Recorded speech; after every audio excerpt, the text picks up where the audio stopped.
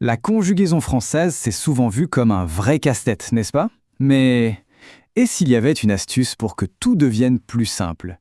C'est ce qu'on va voir ensemble. On va décortiquer comment maîtriser les verbes sans avoir à apprendre par cœur des listes interminables.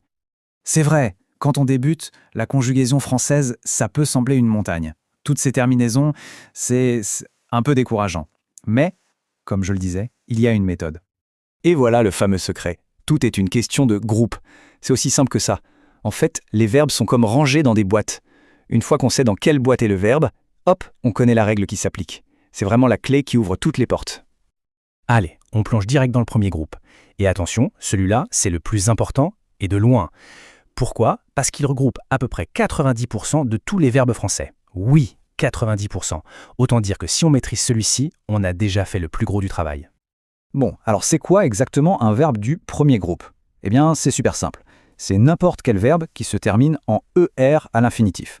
Pensez à parler, aimer, jouer, manger, la liste est longue. C'est vraiment la base de la base.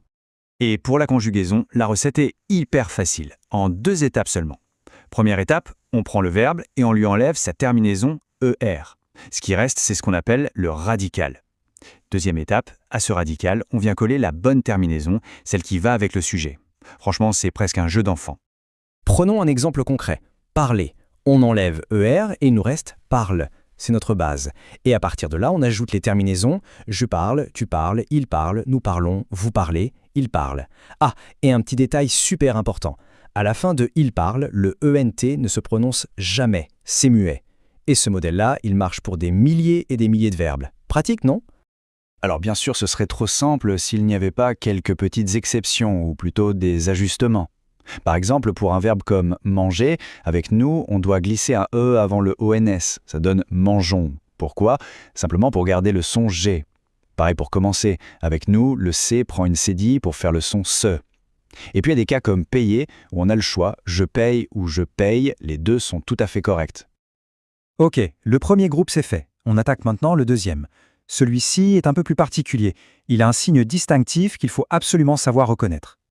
Alors là, attention, petit piège. Pour être dans le deuxième groupe, il y a 2 conditions à remplir. D'abord, le verbe doit se terminer en ir. Ça, c'est la première chose. Mais, et c'est crucial, il doit aussi avoir un participe présent qui se termine en issant. Pensez à finir, qui donne finissant. C'est ce son is, ce double S, qui est le véritable indice. Regardons de plus près avec finir. Au singulier, c'est assez classique. Je finis, tu finis, il finit. Mais c'est au pluriel que tout se révèle. Regardez bien. Nous finissons.